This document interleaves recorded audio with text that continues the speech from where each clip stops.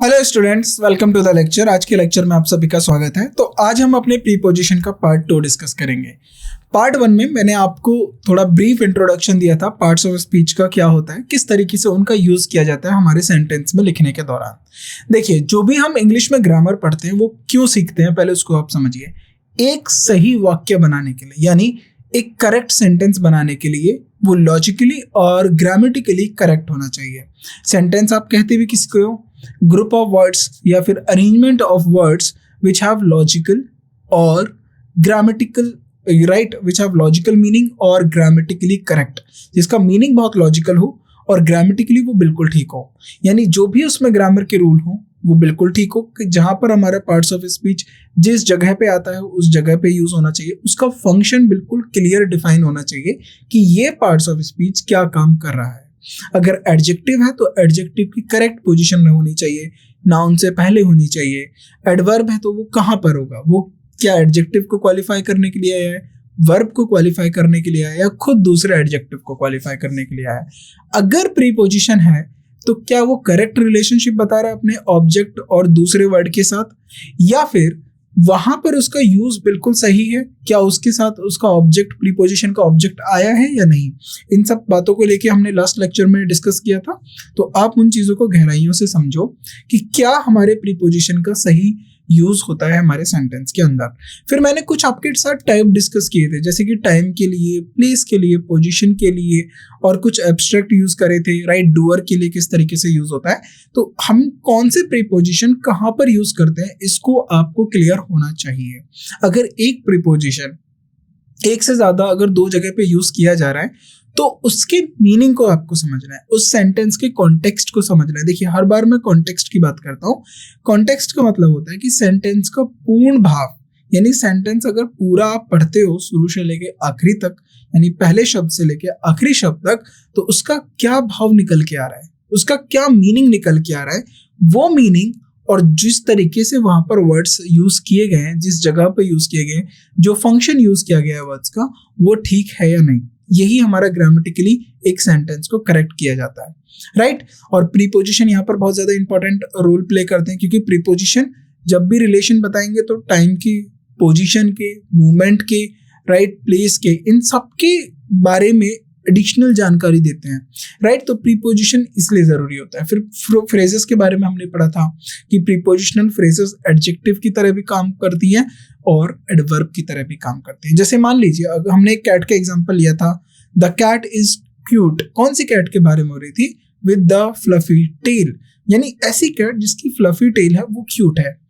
अब वो जो विद के साथ टेल आया और उसके बीच में एक फ्लफी नाम का एडजेक्टिव आ गया, लेकिन ये पूरा विद के साथ जो प्रीपोजिशन है और उसका ऑब्जेक्ट है, फिर उसमें एडजेक्टिव भी है, ये जो पूरा फ्रेज था ये किसको डिफाइन कर रहा था? कैट को। तो ये छोटी बातों को आपको ध्यान में रखना है कि किस तरीके से प्रीपोजिशन का यूज करना है, क्योंकि यहीं से हमें बेसिक्स बनेंगे और आगे चल के हम जो एडवांस लेवल के क्वेश्चंस हैं जो हमारे एग्जाम में पूछे जा रहे हैं, प्रीवियस ईयर क्वेश्चंस पूछे जा रहे हैं, और कौन से क्वेश्चंस या क्या कॉन्सेप्ट हमसे एग्जामिनर पूछता है प्रीपोजिशन को लेके, उनको समझने में आसानी होगी।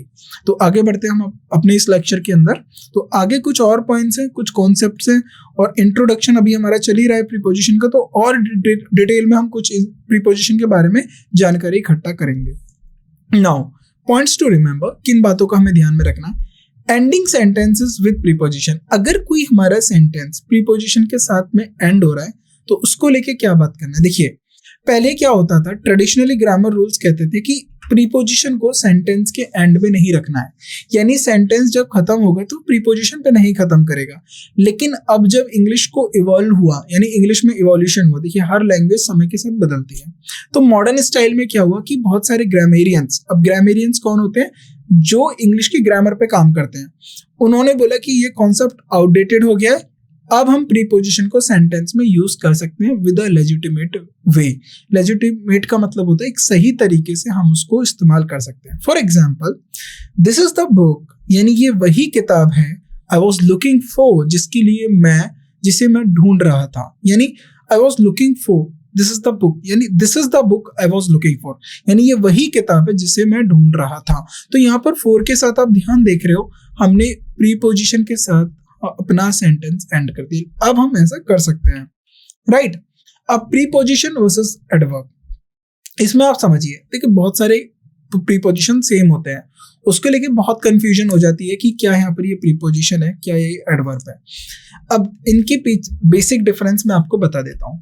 प्रीपोजिशन हमने अभी डिस्कस किया है, लास्ट लेक्चर में भी डिस्कस किया था कि प्रीपोजिशन रिलेशन बताता है अपने वर्ड्स, यानी इससे पहले आए हुए वर्ड और अपने ऑब्जेक्ट के बीच में एक रिलेशन बताता है।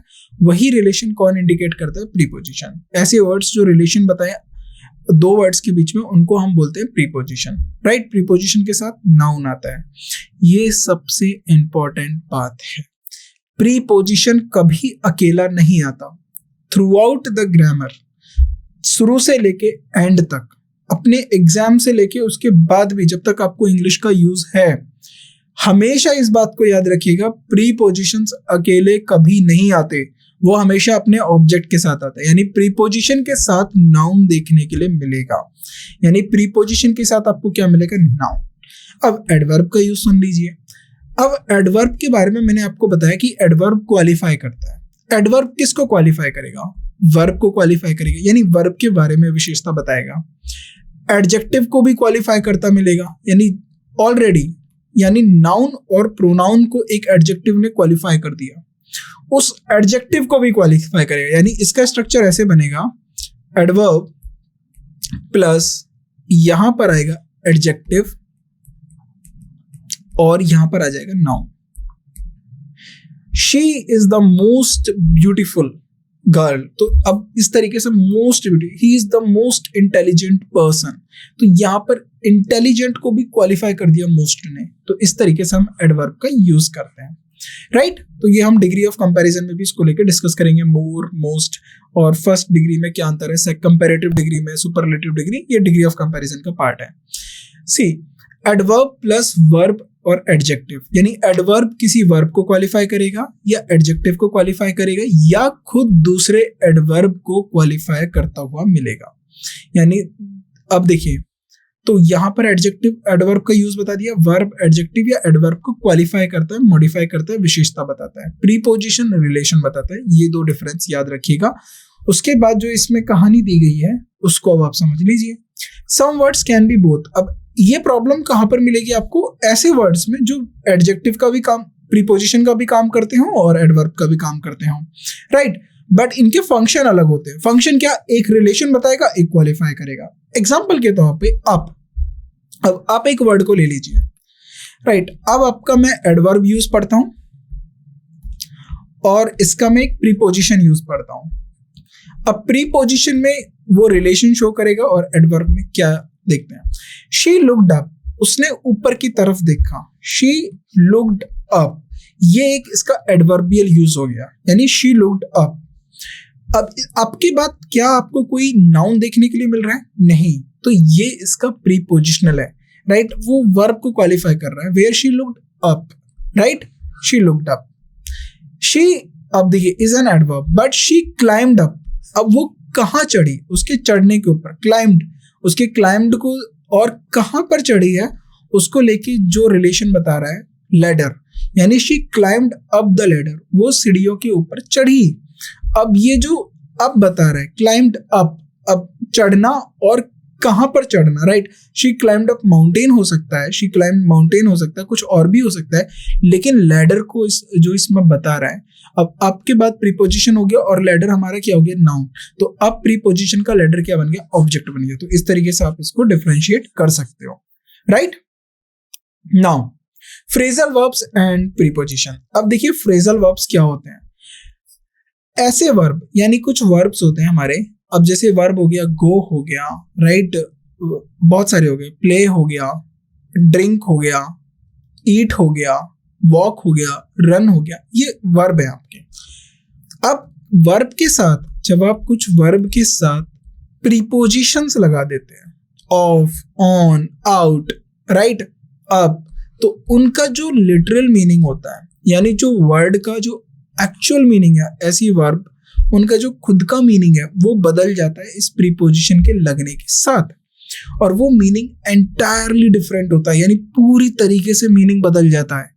मान लो एक एग्जांपल के तौर पे मैं आपको बोलता हूँ गिव, गिव का मतलब क्या होता है, यानी आपने ये पेन किसी को दिया, you give this pen to someone, right. अब you takes this from someone, आपने ये पेन किसी से लिया। अब मैं लिख देता हूँ गिव अप। अब यहाँ पर गिव अप का मतलब नहीं होगा कि आपने कुछ पेन दे दिया। गिव अप का मतलब होता है क्विट, छोड़ देना। कहते हैं नहीं, नेवर गिव अप, कभी रुको मत, कभी मत छोड़ो, जो आप कर रहे हो करते रहो, यू विल सक्सीड, राइट, आपको जीत मिलेगी। तो गिव अप का मतलब होता है क्विट, रोक देना, स्टॉप कर देना, प्रोहिबिट, राइट, किसी चीज को करने से मना कर देना। तो गिव का मतलब था कि आप किसी को दे रहे हो, राइट, कुछ आर्टिकल दे रहे हो, कुछ गिफ्ट दे रहे हो, तो आपने वर्ब यूज करा गिव। लेकिन जैसे ही आपने उसके साथ प्रीपोजिशन लगा दिया अप, क्या उसका मीनिंग बदल गया? क्विट कर देना, छोड़ देना, राइट। मान लीजिए आपने एग्जाम दिया, राइट, एक बार नहीं, दो बार नहीं, फिर विफलता मिलती जा रही है, तो अब आपके मन में आएगा गिव अप कर देते हैं, कुछ और करते हैं, यानी छोड़ देते हैं इसकी तैयारी, कुछ और करने लगते हैं। कभी गिव अप नहीं करना है, अगर हम कुछ कर रहे हैं तो उसको करना है। तो गिव अप का मतलब क्या हो गया? क्विट। तो लेकिन हमें गिव अप नहीं करना है, नेवर गिव अप, कभी नहीं छोड़ना है, राइट, कभी हार नहीं माननी है। तो गिव अप से देखिए अप लगते ही गिव का लिटरल मीनिंग बदल गया। टेक आउट, टेक इन, टेक ऑफ, तो देखिए टेक के साथ मैंने इतने सारे प्रीपोजिशन लगाए तो हर एक का मीनिंग बदल जाता है। रन आउट, अब देखिए इसका रन का मतलब होता है दौड़ना, रन आउट का मतलब क्या होगा? अब यही इसी तरीके से जब हम प्रीपोजिशंस वर्ब के आगे लगा देते हैं उनकी मीनिंग चेंज हो जाते हैं। इसीलिए जो फ्रेजल वर्ब्स है इसको हमने अलग से डील करा है, क्योंकि एग्जाम में पूछा जाता है। इसको हमने वोकैब के सेक्शन में डील करा है कि बहुत सारी फ्रेजल वर्ब्स होती हैं जो आपको याद रखनी होती हैं, तो उनके ऊपर हमने सेंटेंसेस भी बनाए एग्जाम में किस तरीके से आपको देखने के लिए मिलेंगी, तो तब हम फ्रेजल वर्ब्स को डील करेंगे अपने वोकैबुलरी के सेक्शन में। लेकिन फ्रेजल वर्ब का मीनिंग कहाँ पर यहाँ से समझ में आएगा, क्योंकि वर्ब प्लस प्रीपोजिशन, तो इस कॉम्बिनेशन को हम बोलते हैं फ्रेजल वर्ब, राइट। सो ये पूरे पैराग्राफ में यही बात लिखी गई है जो मैंने आपको समझाया। आगे बढ़ते हैं। अब यहां तक था हमारे प्रीपोजिशन का इंट्रोडक्शन। अब शुरू होता है हमारे प्रीपोजिशन के कॉन्सेप्ट। अब आपको यहां तक बेसिक अंडरस्टैंडिंग थी कि प्रीपोजिशन क्या होता है, किस तरीके से सेंटेंस में यूज किए जाते हैं, और प्रीपोजिशन हमें किस तरीके से हेल्प करता है एक सेंटेंस के स्ट्रक्चर को तैयार करने में। अब हमारा जो होता है कॉन्सेप्ट शुरू होता है कि प्रीपोजिशन को हमें यूज कैसे करना है, कहां पर कौन सा प्रीपोजिशन आएगा, अपने आप को कैसे लिमिट रखना है कि यहां पर यही प्रीपोजिशन आएगा, कोई और नहीं आ सकता। कॉन्टेक्स्ट को देखकर, अगर आपका कॉन्टेक्स्ट उसी सेंस में बात कर रहा है जिसमें आप प्रीपोजिशन यूज कर रहे हो तो वो बिल्कुल उसका करेक्ट यूज है। अगर आपका कॉन्टेक्स्ट डिफरेंट है और प्रीपोजिशन दूसरा है तो गलत हो जाएगा। वही अब हम सीखेंगे।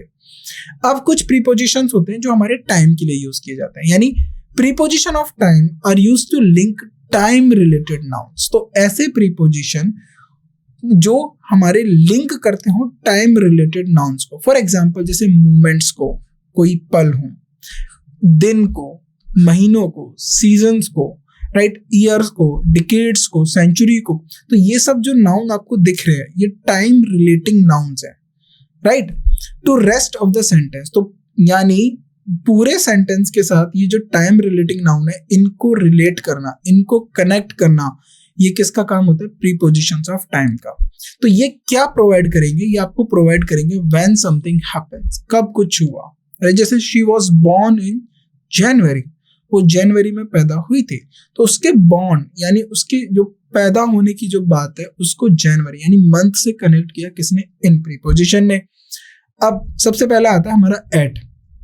एट मतलब यूज्ड फॉर प्रिसाइज टाइम्स। तो एट आप कब यूज करोगे? जब आप बिल्कुल प्रिसाइज टाइम की बात करोगे और स्पेसिफिक मोमेंट की बात करोगे, यानी जब आप क्लियर हो कब कौन सी चीज हुई है, तो उसके लिए आप एट की बात करोगे। फॉर एग्जाम्पल एट 3 o'clock, जब भी आप टाइम की बात करोगे eight 3 o'clock। Eight midnight, midnight मतलब होता है आधी रात। एट लंच टाइम, अब लंच टाइम देखिए कोई टाइम नहीं है, लेकिन अगर आप किसी के साथ बात कर रहे हो लंच टाइम को लेके, तो यानी वो अंडरस्टैंड करेगा कि आप कौन से लंच टाइम की बात कर रहे हो। आप अपने स्कूल के लंच टाइम की बात कर रहे हो, अगर स्कूल है, आपका कोई फ्रेंड है तो आप अपने स्कूल फ्रेंड की बात कर रहे हो, तो जब आप बोलोगे हम लंच टाइम में ये किया करते थे, तो जब लंच टाइम की आपने बात कर दी तो यानी उसके दिमाग में आ जाएगा कि आप 12 से 1 बजे के बीच की बात कर रहे हो। अगर आप वर्किंग में हो, अपने किसी कलीग के साथ बात करो लंच टाइम, तो आपके अपने ऑफिस के टाइम लंच टाइम के बारे में बात हो जाएगी। तो यहाँ पर ये जो लंच टाइम है ना, ये भी स्पेसिफिक टाइम की बात कर रहा है। एट द मोमेंट, जिस मोमेंट की बात कर रहे हो उसके बारे में। एट सनराइज, जिस वक्त सन आता है, यानी ये स्पेसिफिक टाइम है, प्रिसाइज टाइम की बात हो रही है। अगर ऑन की बात करें तो ऑन होता है हमारा स्पेसिफिक डेज और डेट्स के लिए, जैसे मंडे, बर्थडे। अब ऑन माई बर्थडे का मतलब बर्थडे एक स्पेसिफिक डेट पे आता है, हर एक का बर्थडे एक पर्टिकुलर डेट है, राइट।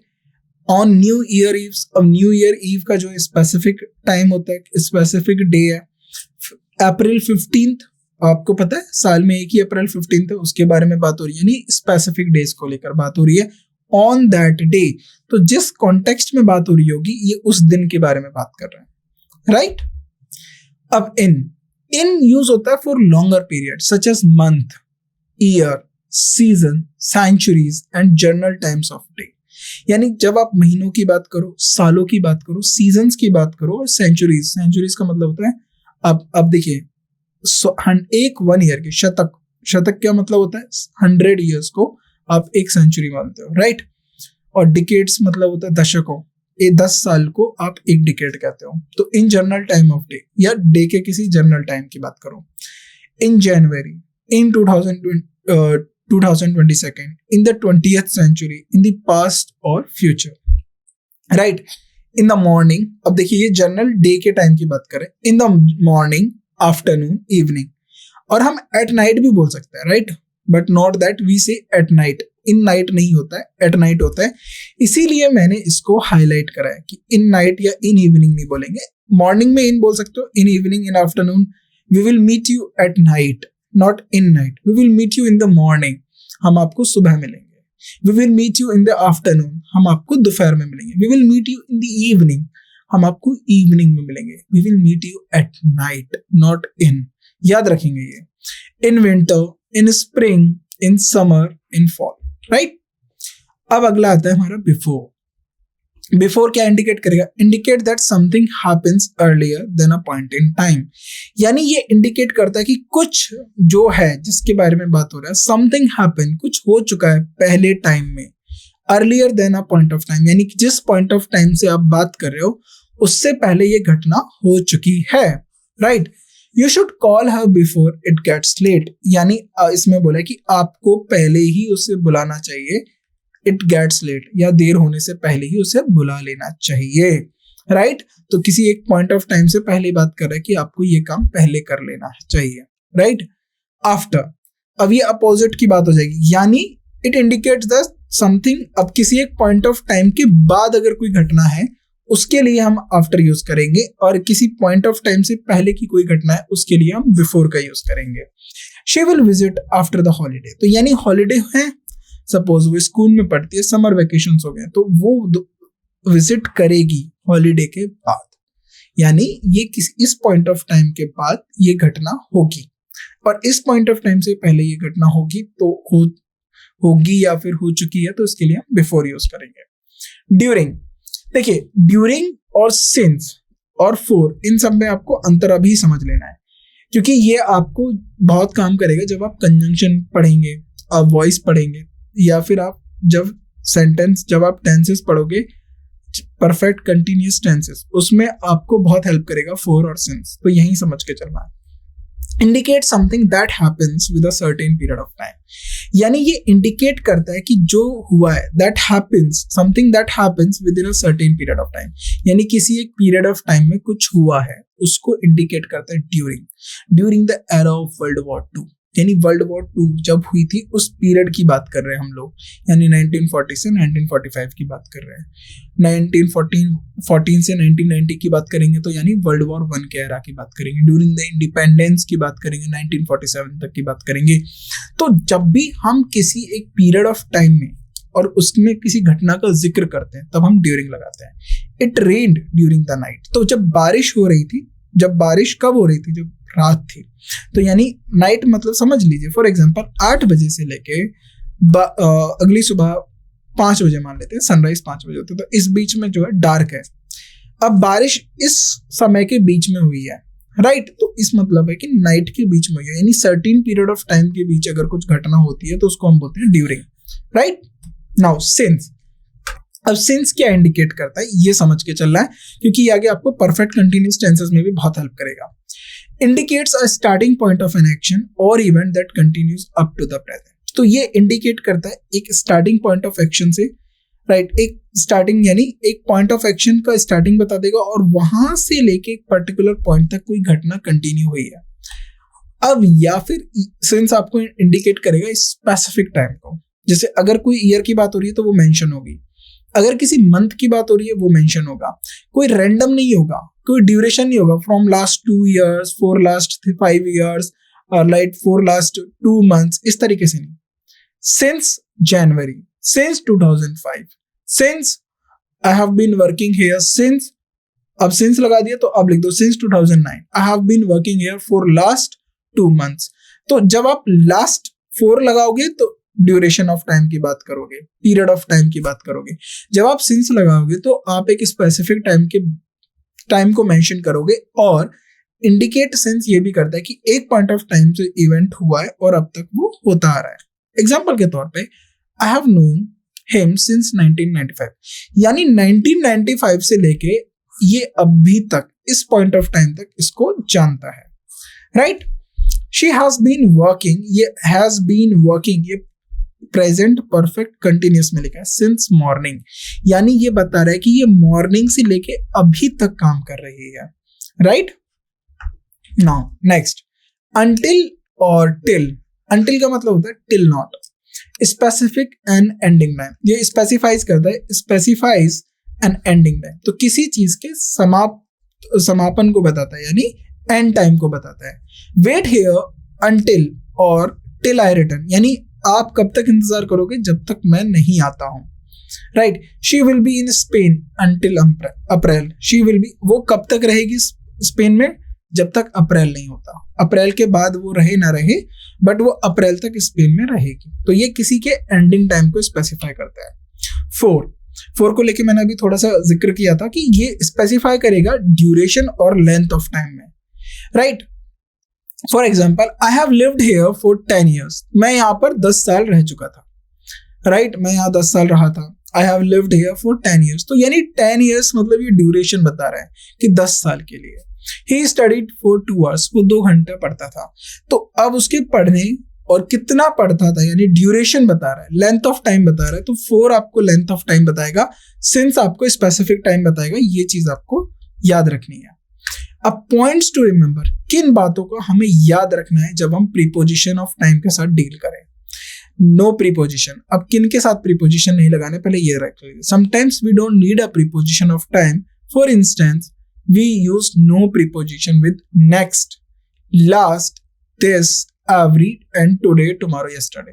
तो जो ये आपको वर्ड दिख रहे हैं ना, next, last, this, every, today, tomorrow, yesterday, तो सर्टेन केसेस में हम इनके साथ प्रीपोजिशंस नहीं लगाते। Sometimes we don't need prepositions, तो याद रखिएगा कि कभी हमें इनके साथ प्रीपोजिशंस की जरूरत नहीं होती है। ऑलवेज हर एक बार इनके साथ प्रीपोजिशन आएगा ऐसा नहीं होता है, काफी बार इनके साथ कोई प्रीपोजिशन नहीं आएगा। Next week, last summer, I will meet him last summer, right, यानी sorry, I will meet him next summer हो सकता है। आई मैट हिम, जब आप लास्ट की बात करोगे यानी पास्ट की बात करोगे।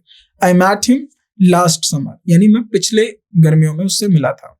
This morning, every day, right. Variation in use, तो मैंने आपको बता दिया कि काफी ज्यादा वेरिएशन होता है, डिफरेंट टाइप ऑफ इंग्लिश हम यूज करते हैं उसके बीच में। अब इंपॉर्टेंट रूल है कुछ एट, ऑन और इन को लेके। आपने एट के बारे में भी डिटेल में पढ़ लिया, ऑन के बारे में भी पढ़ लिया, कब यूज करते हैं, और इन के बारे में भी पढ़ लिया। लेकिन कुछ रूल्स इनको स्पेसिफिक लेके आप समझ लीजिए।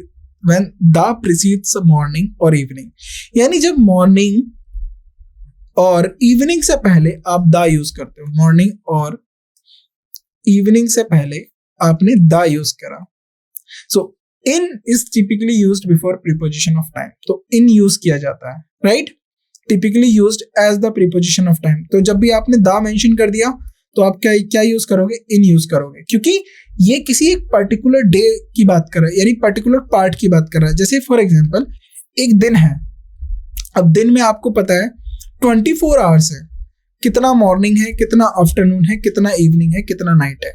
तो ये एक दिन के एक पार्ट की बात कर रहा है। अगर मैं बात करूं, ये मॉर्निंग हो गया, राइट, ये इवनिंग हो, ये आफ्टरनून हो गया, ये इवनिंग हो गया, ये नाइट हो गया। तो मॉर्निंग, आफ्टरनून, इवनिंग और नाइट। तो देखिए, ध्यान से रखिए, मैंने मॉर्निंग और इवनिंग की बात कर रहा हूँ, तो ये एक पर्टिकुलर पार्ट ऑफ दिन के एक हिस्से की बात करते हैं। तो इसलिए हम जब भी दा यूज करेंगे तो इन यूज कर लेंगे। आई will see you in the morning, यानी वो उसको कब देखेगा या कब मिलेगा। आई विल सी यू का मतलब होता है मैं आपसे मॉर्निंग में मिलूंगा। We have a meeting scheduled in the evening, हमारी जो मीटिंग है वो कब शेड्यूल्ड हुई है, इवनिंग में, राइट। तो इस तरीके से हमें देखना है। However it is worth noting that if you are referring to a specific days, morning और evening on the appropriate position, अगर आप किसी स्पेसिफिक दिन की मॉर्निंग या इवनिंग की बात कर रहे हो तो आप ऑन यूज करोगे। देखिए, अगर आप किसी मतलब आप दिन के पार्ट की बात करते हो तो आप दिन में पार्ट की बात करोगे। तो यहां पर मैं लिख देता हूं, डे के पार्ट की बात करते हो तो आप इन प्लस द प्लस जिस पार्ट की बात करो, इवनिंग, मॉर्निंग, वो लिखोगे। लेकिन आप स्पेसिफिक दिन, यानी किसी दिन पे कुछ ऐसी बात हुई है या आप किसी स्पेसिफिक डेज की बात कर रहे हो, ऐसे बहुत सारे दिन है, स्पेसिफिक डेज या किसी स्पेसिफिक दिन की मॉर्निंग या इवनिंग की बात कर रहे हो तो उसके लिए ऑन यूज होगा। For example, I will see you on the morning of, वो उसे कौन सी सुबह देखेगा या वो उसे कौन सी सुबह मिलेगा, on the 10th। On the 10th मान लीजिए उस महीने की 10th की बात कर रहे हैं, 10th जनवरी, 10th अप्रैल, 10th मई, whatever, कुछ भी हो। तो वो बात यहाँ पर क्या हो रही है कि किसी स्पेसिफिक दिन के मॉर्निंग या इवनिंग की जब आप बात करोगे तो ऑन यूज करोगे। तो यहाँ पर हाईलाइट कर लेता हूँ, तो ये आप अपने नोट्स में हाईलाइट करके रखिएगा, राइट।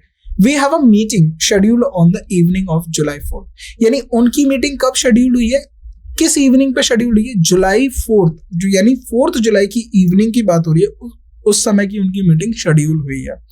और इसमें जरा डिफरेंस देख लीजिए, ये इन द इवनिंग का मतलब क्या है, उसी डे की, यानी उस दिन की इवनिंग की बात हो रही है। वहां यहां पर क्या बात हो रही है, यहाँ किसी पर्टिकुलर डे की या स्पेसिफिक डे की इवनिंग की बात हो रही है, इसलिए हमने यहाँ पर ऑन यूज किया है। और यहाँ पर पर्टिकुलर डे के पार्ट की बात हो रही है, इसलिए हमने यहाँ पर इन यूज किया है। इन बातों को आप याद रखेंगे। नाउ व्हेन ए और एन, अगर ए और एन प्रेसीड करते हैं मॉर्निंग और इवनिंग को, so on is typically appropriate position to use. तो जब भी आप ए और एन पहले आ जाएंगे, आ या फिर एन इवनिंग, अ मॉर्निंग, तो इसके बाद आप मॉर्निंग यूज कर रहे हो तो ए मॉर्निंग के लिए होगा और एन इवनिंग के लिए होगा। तो आप क्या यूज करोगे, ऑन यूज करोगे। This construction use to denote a certain event और एक्शन। अब देखिए, हर एक कंस्ट्रक्शन यानी हर एक जो आप लिख रहे हो स्ट्रक्चर, उसका एक पर्टिकुलर यूज है। वहां पर मैंने आपको बताया कि ये पर्टिकुलर किसी दिन के पर्टिकुलर पार्ट को हाईलाइट करता है। यहां पर एक स्पेसिफिक डे की इवनिंग और मॉर्निंग को हाईलाइट करेगा ऑन। यहां पर ये क्या हाईलाइट करेगा, अगर हमने यहाँ पर ऑन यूज करा तो ये हाईलाइट करेगा यूज टू सर्टेन इवेंट और action that will occur during non specific morning और इवनिंग, यानी कुछ ऐसा इवेंट या एक्शन जो होगा उस पर्टिकुलर नॉन स्पेसिफिक, माने कोई ऐसी स्पेसिफिक और मॉर्निंग या इवनिंग में नहीं है, बट वो हो जाएगा, right. Let's meet on a morning that's convenient for you. तो हम किसी सुबह मिलेंगे। अब कौन सी सुबह, स्पेसिफिक मॉर्निंग और इवनिंग की बात नहीं हो रही कि हम पर्टिकुलरली ऑन के बाद अगर आप आता तो आप यहाँ पर लिखते हैं ऑन 10th ऑफ मॉर्निंग या on the 15th of morning, तब यहाँ पर आता है कि आप स्पेसिफिक बात कर रहे हो।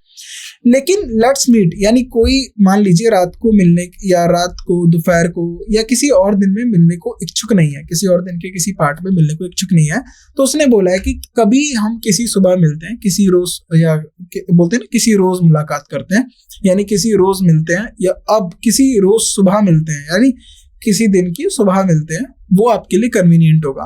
तो यहाँ पर कोई स्पेसिफिक डे की बात नहीं हो रही है। The concert is on an evening next week, यानी कॉन्सर्ट जो है वो अगले हफ्ते की इवनिंग में है। अब कोई डे फिक्स नहीं है, यानी अगले वीक में किसी भी दिन डेट आ सकती है, वो इवनिंग में होगा, राइट। तो यहाँ पर स्पेसिफिक नहीं है मेंशन, इसलिए हमने ऑन का यूज किया है। देखिए, ऑन अ मॉर्निंग, किसी सुबह, यानी ऑन नेक्स्ट वीक, तो नेक्स्ट वीक के किसी भी दिन में, इवनिंग में हो सकता है। When A और N precedes morning और evening on this, तो ये हमने बता दिया, सर्टेन आपको बता देगा, नॉन स्पेसिफिक और इवनिंग की बात करते हैं। Right. Now third, the preposition at is before the weekend in the most form of standard English. तो हम वीकेंड से पहले काफी बार एट प्रीपोजिशन यूज कर लेते हैं when referring to a specific time. अगर हम स्पेसिफिक टाइम को रेफर करें या during a festival, right, specific time during a festival, at can be used. For example, I will see you at Diwali, तो मैं आपको दिवाली पे मिलूंगा। She plan to visit her family at Christmas, तो वो अपनी फैमिली को कब विजिट करेगी? फैमिली पे। वो प्लान करती है कि अपनी फैमिली क्रिसमस पे अपनी फैमिली को विजिट करेगी। The town has a big parade, तो टाउन बिग परेड कब हुई है टाउन में? एस्टर, तो एस्टर पे बिग परेड होगी। अब हम बोल सकते हैं that town has a big parade at Republic Day, तो रिपब्लिक डे पे होगी, राइट। हाउएवर, ड्यूरेशन और specific day during the festival हम ऑन भी यूज करते हैं और ड्यूरिंग भी यूज करते हैं, right. She will be visiting on Christmas Day, there are many events during Diwali, तो दिवाली के टाइम बहुत सारे इवेंट्स होते हैं, वो आपको क्रिसमस पर मिलेगी। तो ये हम कब रेफर करते हैं? अ ड्यूरेशन और अ स्पेसिफिक डे। तो जब भी आप किसी ड्यूरेशन की बात करो या स्पेसिफिक डे की बात करो ड्यूरिंग द फेस्टिवल, तो आप ड्यूरिंग और ऑन भी यूज कर सकते हैं, right. When we use last, next, this or every before time denoting words, तो जब भी आप last, next, this और every यूज करोगे किसी भी time denoting word से पहले, we don't use prepositions at or in before the time। तो ये हमने पहले भी डिस्कस किया था कि हम prepositions यूज नहीं कर सकते। I saw her last week, यानी I saw her on last week, तो ये नहीं होगा, on यूज नहीं करेंगे। They went on vacation last summer, तो they went on vacation, तो ये कहाँ गए? वैकेशन पे गए। इन दोनों के बीच में रिलेशन बता रहा है ऑन, तो यहां पर ये हो सकता है वेयर दे वेंट या राइट, तो ये बता रहा है कि वैकेशन पे, where they go, they went on vacation last summer, तो इससे पहले कोई प्रीपोजिशन नहीं है। नेक्स्ट, अब देखिए, नॉट का मतलब है नहीं, ये ऐसे यूज नहीं करना है। We will meet next Tuesday, हम अगले ट्यूसडे मिलेंगे, तो यहाँ पर कोई जरूरत नहीं है। I have an appointment next month, मेरे पास अपॉइंटमेंट है अगले महीने की। This, I am busy this evening, इस शाम में बिजी हूँ। They are coming over this weekend, they are coming, वो यहाँ आएंगे इस वीकेंड पे, right. Every, I go to the gym, ये एवरी का मतलब होता है ना, एवरी यहाँ पर एवरी डे का मतलब है कि ये इसकी हैबिट को इंडिकेट कर रहा है। She visit her parents every year, तो वो हर साल अपने पेरेंट्स को विजिट करती है, राइट। कुछ इंपॉर्टेंट रूल्स है हमारे फॉर, सिंस और ड्यूरिंग, ये हम अपनी नेक्स्ट क्लास में करते हैं। तो यहाँ तक आपने टाइम प्रीपोजिशन के बारे में पढ़ा और एट और ऑन और इनको लेके आपने कुछ रूल्स पढ़े, तो इनको अपने नोट्स में हाईलाइट करके रखिए कि कब कहाँ पर कौन सा प्रीपोजिशन यूज करना है। और एग्जाम में इस तरीके से आ गया और बोल दिया गया कि ऑन की जगह कौन सा प्रीपोजिशन होगा, आपको दे दिया एट, इन, राइट। अब ऑन तो है ही, और आपने ऑप्शन में दे दिया एट, इन, फॉर, टू, या फिर एक और हो गया ऑप्शन में नो रिप्लेसमेंट। तो अब आपको इसमें से बताना है कौन सा होगा, तो नो रिप्लेस, मतलब आपको बताना है कि यहाँ पर क्या होगा, या फिर नो रिप्लेसमेंट की जगह यहाँ पर होगा नो प्रीपोजिशन, नो प्रीपोजिशन। तो राइट आंसर होगा नो प्रीपोजिशन, की यहाँ पर हमें कोई प्रीपोजिशन की जरूरत नहीं है क्योंकि ये एवरीडे लगा हुआ है, राइट। तो इस तरीके से अपने कॉन्सेप्ट्स को सीखना है, इस तरीके से एग्जांपल्स देखने की कहाँ पर हम किस तरीके से यूज करें। बाकी आगे हम और भी ज्यादा प्रीपोजिशंस पढ़ेंगे, फिर क्वेश्चंस की प्रैक्टिस करेंगे जिससे हमें इस पे ग्रिप हो जाएगी, यानी हम इस पे मजबूत हो जाएंगे कि किस तरीके से प्रीपोजिशन यूज करना है। तो आज की क्लास को हम यहीं रोकते हैं। Thank you so much.